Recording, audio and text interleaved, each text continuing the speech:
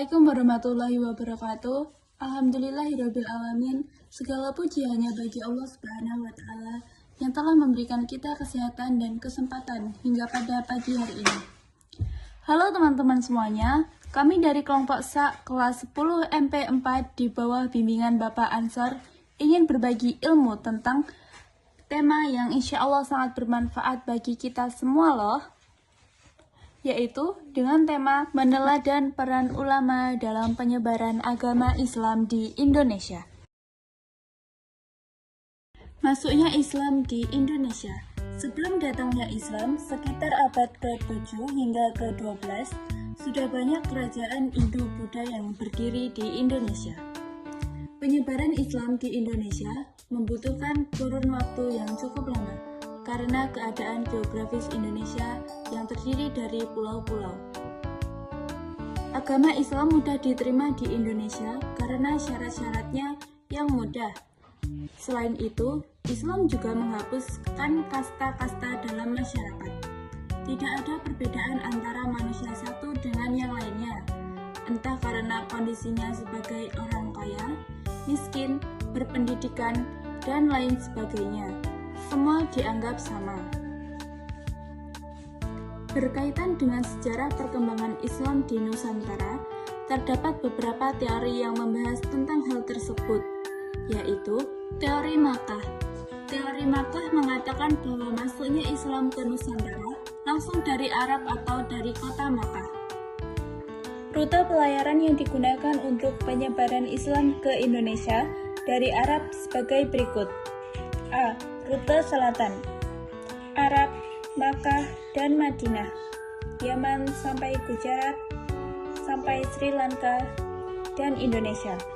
B.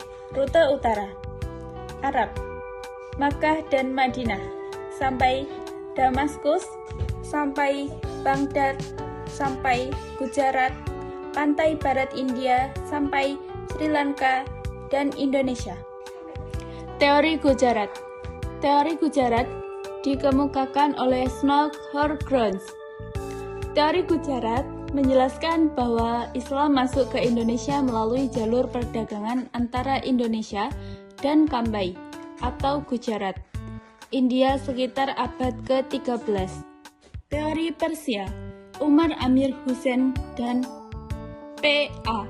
Hussein Jayadiningrat merupakan tokoh yang mengemukakan teori Persia. Dia menjelaskan bahwa masuknya Islam ke Indonesia terjadi pada abad ke-13 yang disebarkan melalui orang-orang Persia atau Iran. Teori Tiongkok. Teori Tiongkok menyatakan bahwa Islam masuk ke Indonesia, khususnya Jawa, melalui pedagang Tiongkok yang sudah berhubungan dagang sejak era Hindu-Buddha. Jalur penyebaran Islam di Indonesia. 1. Perdagangan.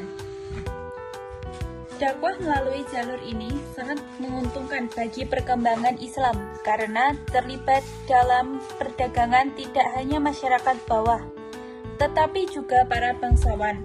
Bahkan raja-raja bangsawan turut serta dalam aktivitas tersebut. 2. Pernikahan.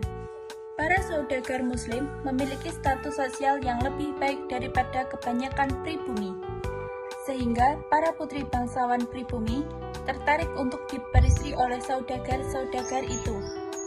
Untuk menjalin suatu ikatan perkawinan, maka para putri bangsawan pribumi banyak yang masuk Islam karena alasan itu. 3. Pendidikan. Strategi ini adalah hasil adopsi dari strategi dalam ajaran Hindu, yaitu mengubah padepokan menjadi pondok pesantren. 4. Kesenian. Tokoh wali dan ulama yang terkenal dalam menyebarkan ajaran Islam ke Pulau Jawa adalah Sunan Kalijaga. Beliau mendakwahkan Islam melalui kesenian, yaitu dengan pementasan wayang. 5. Tasawuf. Salah satu sifat khas dari ajaran ini adalah akomodasi terhadap budaya lokal, sehingga banyak masyarakat Indonesia yang tertarik menerima ajaran tersebut. 6. Politik. Di Maluku dan beberapa wilayah di Kepulauan Sulawesi, kebanyakan rakyat memeluk Islam setelah raja-raja mereka lebih dahulu masuk Islam. Sebagian besar rakyatnya masuk Islam karena rajanya telah memeluk Islam. Perkembangan dakwah Islam Indonesia. 1. Pulau Sumatera. Pulau pertama yang ada di Indonesia menjadi cikal bakal masuknya Islam adalah Sumatera. Hal ini karena Sumatera merupakan tempat yang strategis dan menjadi jalur utama ketika pedagang Muslim datang ke Indonesia untuk berdagang, sehingga pulau ini menjadi tempat yang sering disinggahi. 2. Pulau Jawa. Pertumbuhan masyarakat Muslim di sekitar Majapahit sangat erat kaitannya dengan perkembangan hubungan, pelayanan, dan perdagangan yang dilakukan orang-orang Islam yang telah memiliki kekuatan politik dan ekonomi di Kerajaan Samudra Pasai dan Malaka. Masa-masa selanjutnya, pengembangan Islam di tanah Jawa dilakukan oleh para ulama dan mubalik yang kemudian terkenal dengan sebutan Wali Songo atau 9 wali. Adapun Wali Songo tersebut antara lain Maulana Malik Ibrahim atau Sunan Gresik, Raden Rahmat atau Sunan Ampel, Raden Ainul Yakin atau Raden Paku atau Sunan Giri, Makhdum Ibrahim atau Sunan Bonang, Raden Syahid atau Sunan Kalijogo, Raden Khosim atau Raden Syarifuddin atau Sunan Derajat, Syarif Hidayatullah atau Sunan Gunung Jati, Ja'far Shadiq atau Sunan Kudus, Raden Umar Said atau Sunan Muria. 3. Pulau Sulawesi. Pulau Sulawesi sudah didatangi oleh para pedagang Muslim dari Sumatera, Malaka, dan Jawa pada abad ke-15. Di Sulawesi terdapat kerajaan-kerajaan yang besar dan terkenal, yaitu Kerajaan Goa Talo, Bone, Wajo, dan Sopang. Letak Goa Talo berada di kota Makassar, sehingga disebut Kerajaan Makassar, yang istananya terletak di Sumba Opu. 4. Pulau Maluku dan sekitarnya. Perkembangan Islam di Maluku dan sekitarnya terjadi sekitar abad ke-15, 1400 Masehi, 1500 Masehi. Masuknya Islam ke Maluku bersumber dari para pedagang yang berasal dari Pasai, Malaka, dan Jawa. Orang-orang yang sudah masuk Islam pergi ke Jawa Timur untuk mempelajari Islam lebih lanjut. 5. Pulau Kalimantan. Masuknya Islam ke Pulau Kalimantan lebih belakangan karena ada kerajaan Hindu yang terletak di selatan Pulau Kalimantan. Kerajaan tersebut berpusat pada negara Dipa, Daha, dan Kahuri yang terletak di hulu Sungai Nagara dan Pamuntai Kimi. Contoh-contoh perkembangan Islam di Indonesia. Masuknya Islam di Indonesia mengubah khasanah keislaman dari pembawaannya. Islamisasi di Indonesia yang dilakukan para ulama disebarkan menyesuaikan keadaan masyarakat dan kebiasaan mereka, sehingga Islam menyatu dengan khasanah budaya lokal di Indonesia. Wali Songo mempunyai sikap yang moderat terhadap kebudayaan lokal.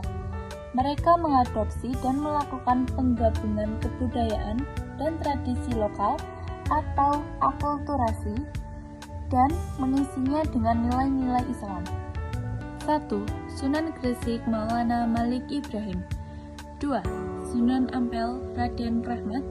3. Sunan Kalijogo Raden Said. Keteladanan ulama penyebar agama Islam. Penyebaran Islam di Indonesia diperankan oleh para ulama dan mubalik. Para ulama dan mubalik menggunakan metode yang mudah agar semua orang merasa senang dan mudah memahami ajaran Islam. 1. Kewajiban untuk menyampaikan dakwah. Dakwah Islam adalah upaya yang dilakukan seseorang untuk menyebarkan atau mengajak orang lain dalam memahami ajaran Islam dan mengamalkan dalam kehidupan. 2. Tidak mengidentifikasi Islam dengan kekerasan.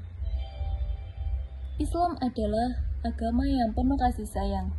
Dakwah Islam harus dilakukan dengan baik dan benar, tanpa paksaan dan kekerasan kepada orang lain. 3. Metode dakwah yang digunakan. Dakwah ulama-ulama di Indonesia tidak terlepas dari metode dakwah yang santun, moderat, bi al-hikmah, wa al-mau'izat al-hasanah.